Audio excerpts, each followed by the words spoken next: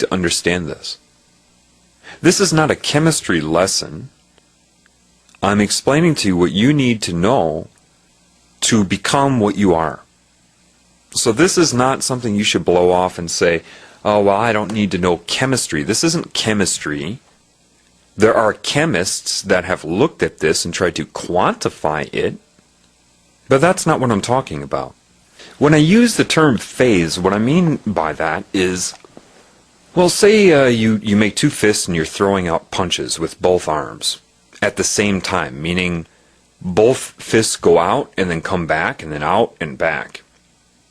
And you're looking at, say, 10 feet in front of you, how much air is displaced from that vantage point, from both fists going out at the same time, pushing air, and then sucking it back as they're coming back toward your chest.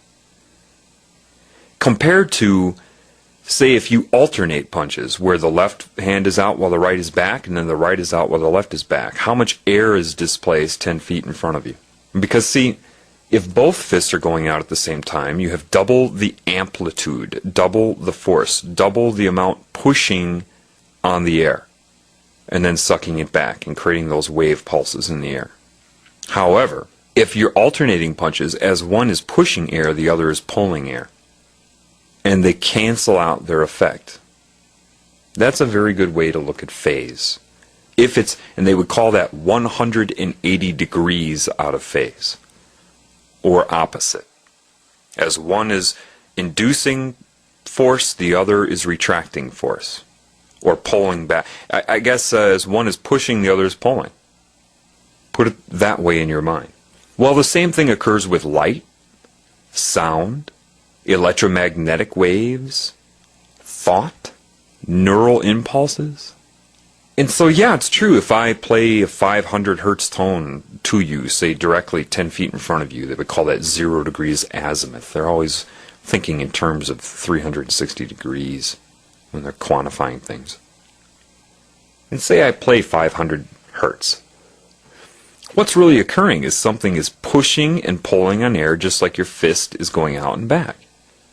It's displacing the air. But 500 times per second.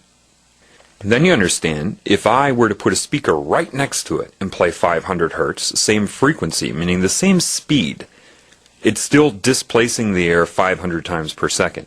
However, think of it like fists that go alternating out and back, out and back. As one part of the diaphragm on one speaker is pushing on the air, like one fist going out and displacing the air, the other is pulling back.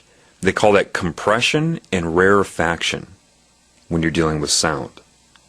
Rarefying, meaning creating a void, compression, compressing it together. Same thing with your fists going out. Well, what would happen? If one is pulling back on the air while one is pushing, and they're both 500 hertz, so they're both the exact same amount of time, okay, the same number of cycles per second, but exactly opposite to each other, or 180 degrees out of phase, it's going to cancel out its effect on the air. You won't hear anything. And they call this phase canceling. Okay? Well, the same thing now occurs with the electron consciousness. It's vibratory. And so it doesn't have to be something that's pushing in and out.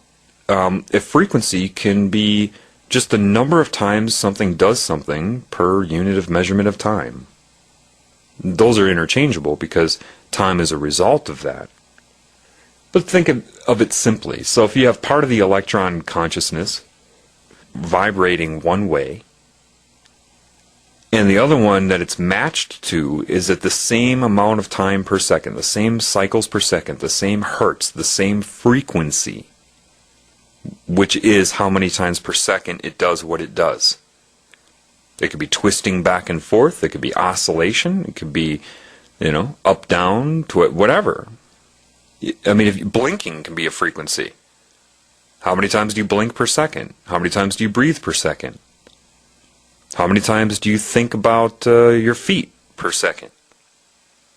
This is quantitative. When you're dealing with a quantum, that's an attempt to arrest life. That's dealing with how much.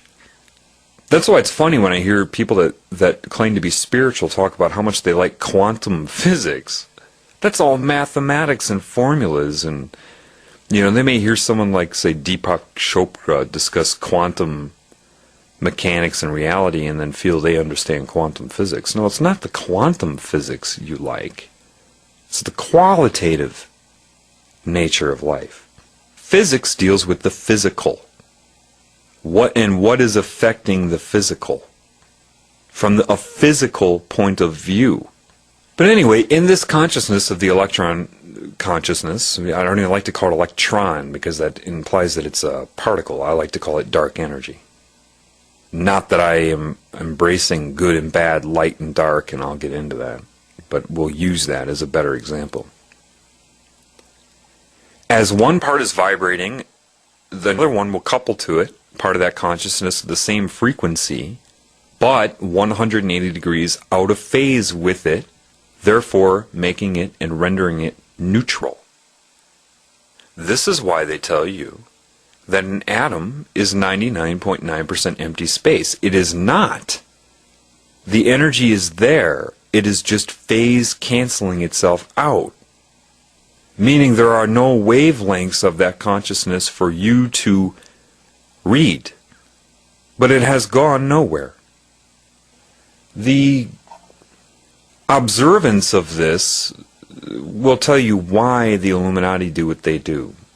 Trying to play God by always balancing an equation to try to seek neutrality. That's why they try to control good and bad.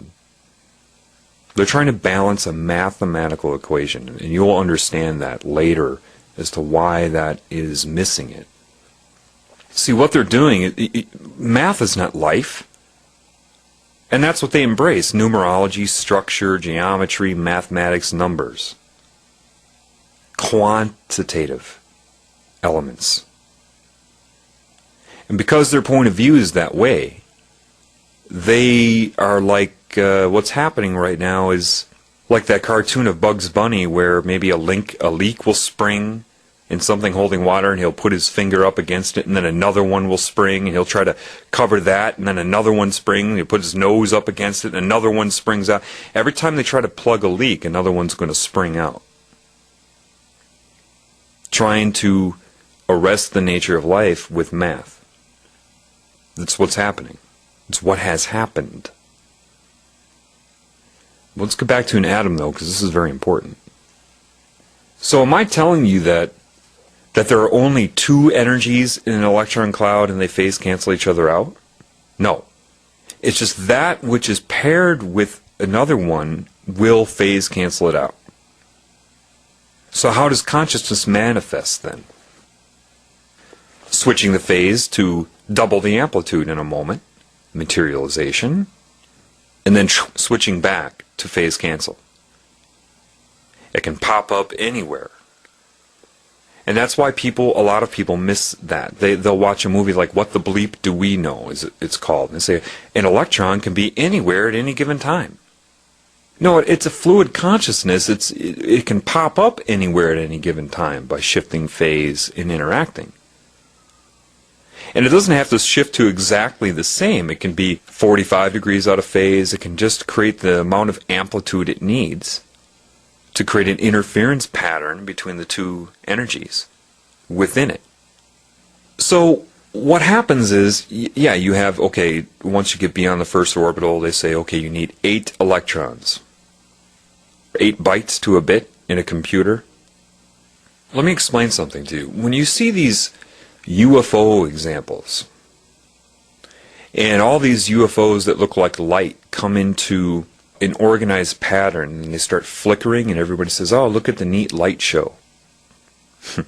What they're doing is communicating the same way atoms within a molecule will communicate with each other. They're shifting the phase to suddenly double the amplitude so that which was neutral suddenly lights up. And if you are on that frequency and that time scale of an atom, when the atom communicates with itself, it would look identical to the UFOs you see flashing and doing the light dance with each other. If you were on that time scale and that